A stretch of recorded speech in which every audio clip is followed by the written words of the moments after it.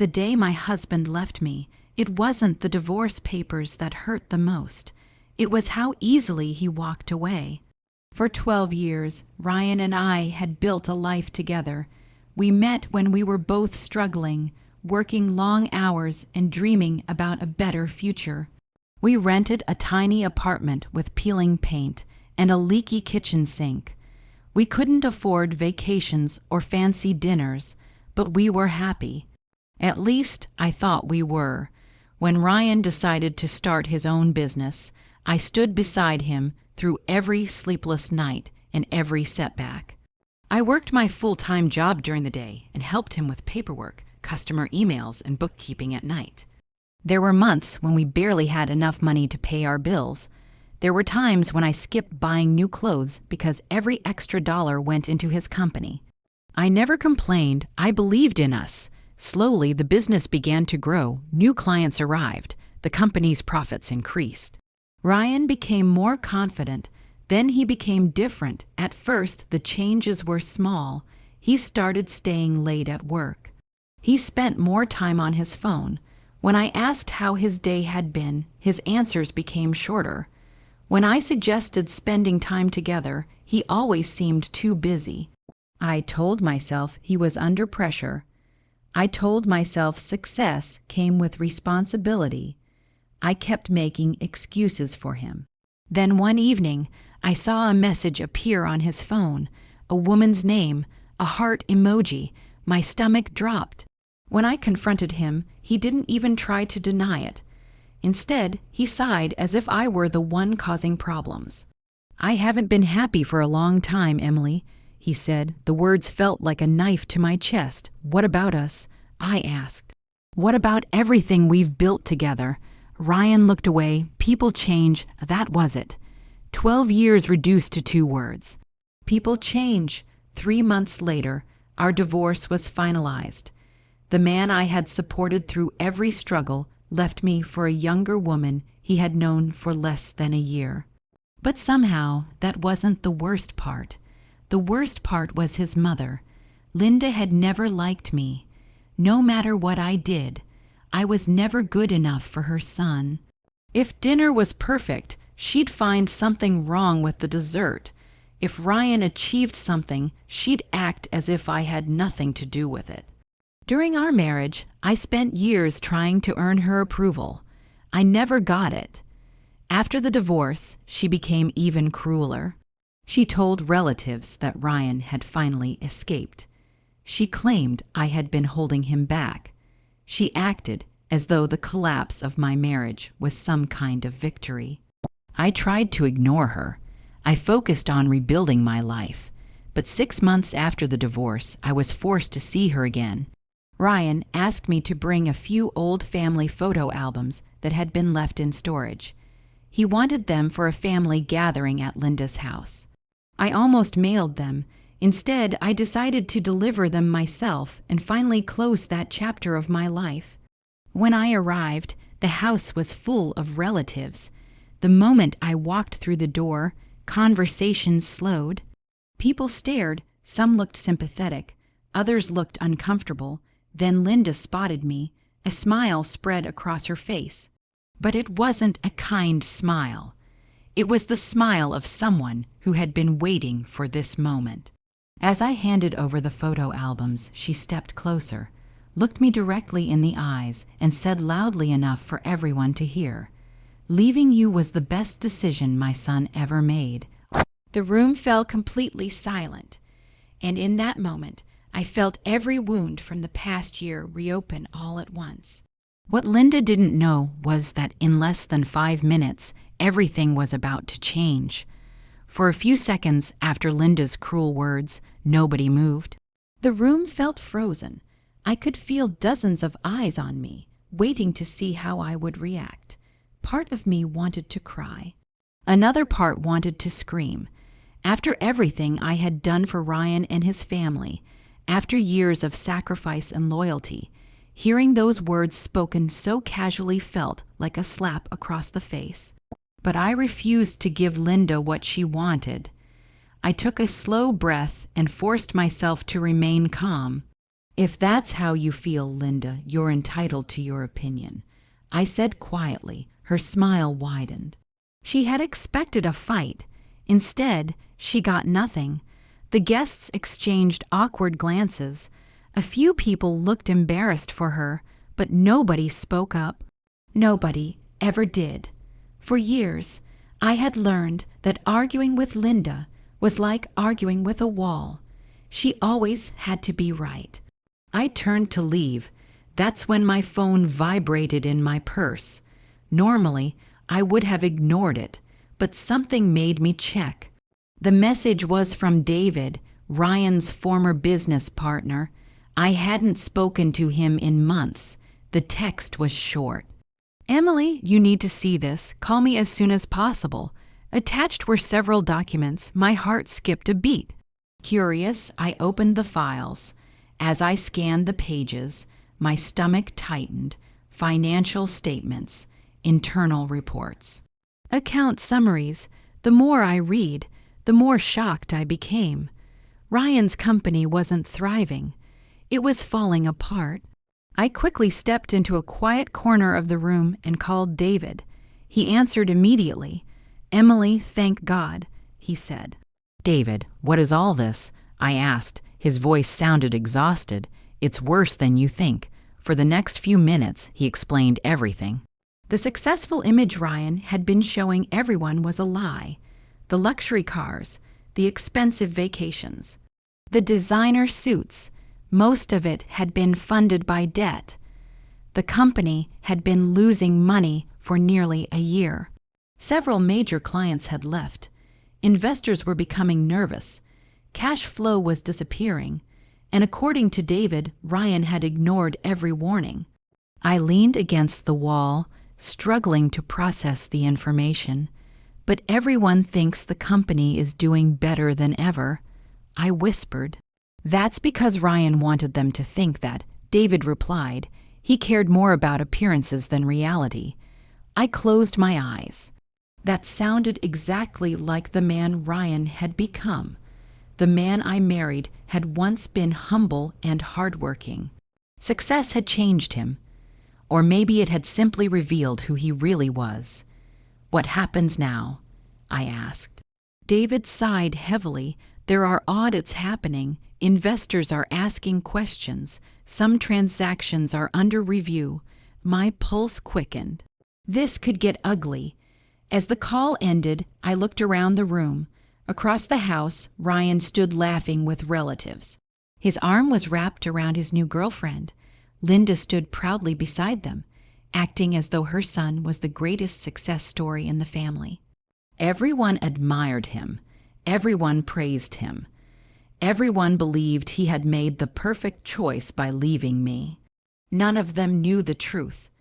None of them knew that the foundation beneath Ryan's perfect life was already cracking. Then something unexpected happened. Ryan's phone rang. I watched his expression change as he answered. His confident smile disappeared instantly. His face turned pale. Without saying a word, he hurried outside. The laughter in the room slowly faded. Guests began whispering. Linda looked confused. She glanced toward the front door, clearly wondering what was wrong. I slipped my phone back into my purse. For the first time in months, I felt something I hadn't experienced since the divorce. Not anger, not sadness, not regret, hope. Because while Linda had spent years convincing everyone that I was the problem, the truth was finally catching up to her son. And before the evening was over, everyone in that house would learn exactly who had really destroyed the marriage and who had been living a lie all along. The atmosphere inside the house changed the moment Ryan rushed outside. Just minutes earlier, the room had been filled with laughter and conversation. Now, an uncomfortable silence hung in the air. Everyone noticed the panic on his face. Everyone noticed how quickly he had left. Linda tried to act normal. "I'm sure it's just a business call," she said with an awkward laugh, but her confidence sounded forced.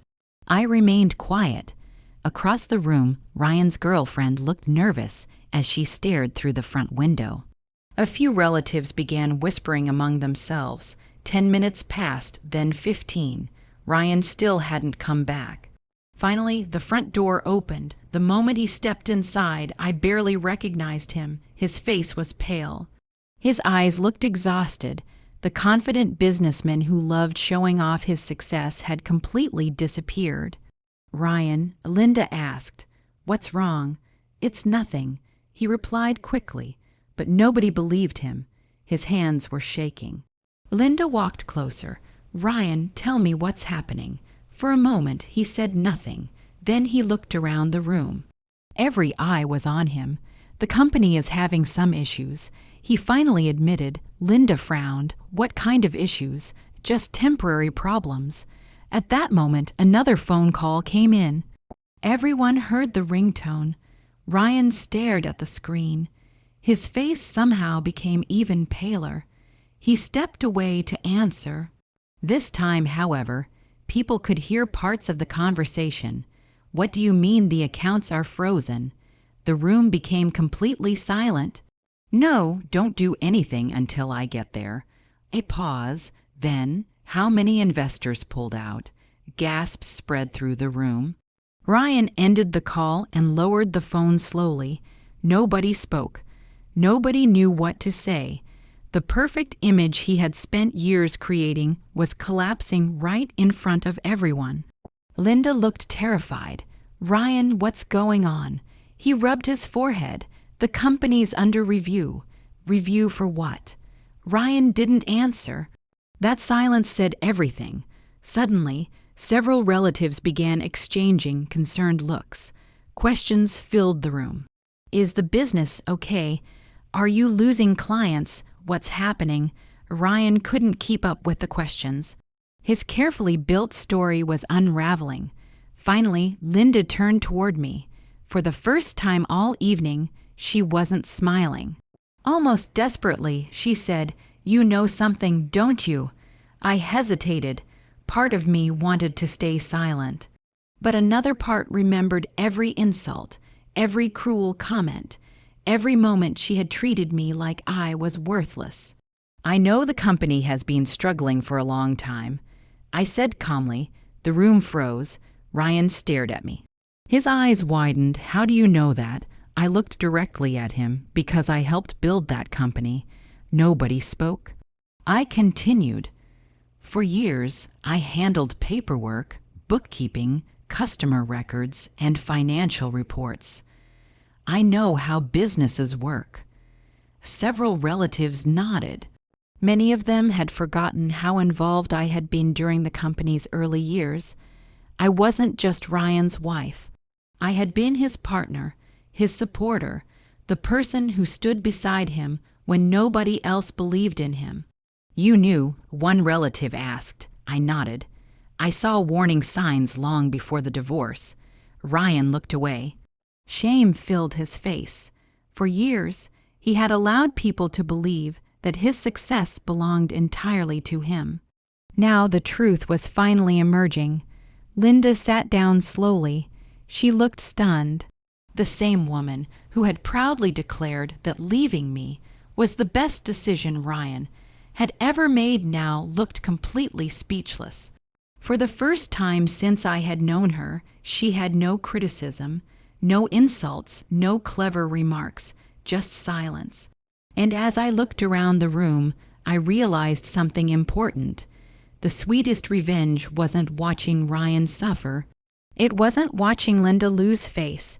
It was watching the truth finally reveal itself, because the people who once blamed me were beginning to see what I had known all along. I had never been the reason Ryan failed.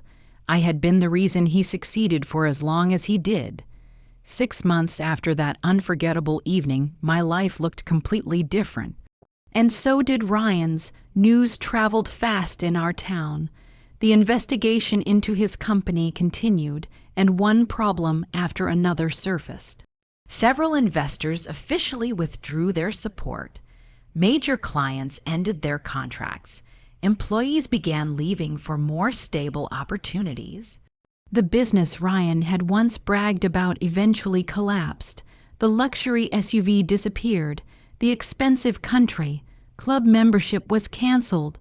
The lavish lifestyle that had impressed so many people turned out to be built on debt and appearances. One by one, the people who had surrounded Ryan during his success vanished. The friends who loved attending his parties stopped calling. The business contacts who once praised him no longer returned his messages. Even some relatives who had worshipped him suddenly kept their distance. Watching it happen taught me an important lesson. Many people love success. Very few people stay when success disappears. Meanwhile, I focused on something entirely different: my future. After the divorce, I had spent months doubting myself. Linda's words, Ryan's betrayal, and the humiliation of losing my marriage had damaged my confidence. But slowly, I began rebuilding. I remembered all the skills I had developed while helping Ryan build his company from the ground up. I understood finances. I understood client relationships. I understood business operations. Most importantly, I understood perseverance. So I started my own consulting business. The beginning wasn't easy. There were long nights, difficult decisions, and moments when I questioned whether I was doing the right thing. But unlike before, every success belonged to me. Every achievement was earned through my own hard work. Within a year, my business was thriving. I hired employees, expanded my client list, moved into a beautiful new home. For the first time in years, I felt genuinely happy, not because of money, not because of success, but because I finally understood my worth. Then, one afternoon, life gave me one final surprise. I was sitting at a small cafe, reviewing documents for a client meeting, when someone approached my table. I looked up. It was Linda. For a moment, neither of us spoke. The confident woman who had spent years criticizing me looked very different. She seemed older somehow, tired, humbled. "Emily," she said quietly. I nodded politely. "Linda." She hesitated before asking, "May I sit down?" Part of me wanted to refuse, but I simply gestured toward the empty chair. She sat. For several seconds, she stared at her hands. Then she finally spoke. "I owe you an apology." The words surprised me. This was the last thing I expected to hear. Linda swallowed hard. "I spent years blaming you for everything." I remained silent. "I thought Ryan's success was entirely his own. I thought you were holding him back." Her eyes filled with regret. I was wrong. The cafe suddenly felt very quiet. She looked directly at me.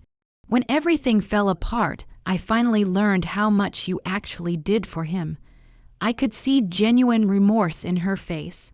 The same woman who once celebrated my divorce now looked ashamed of her behavior.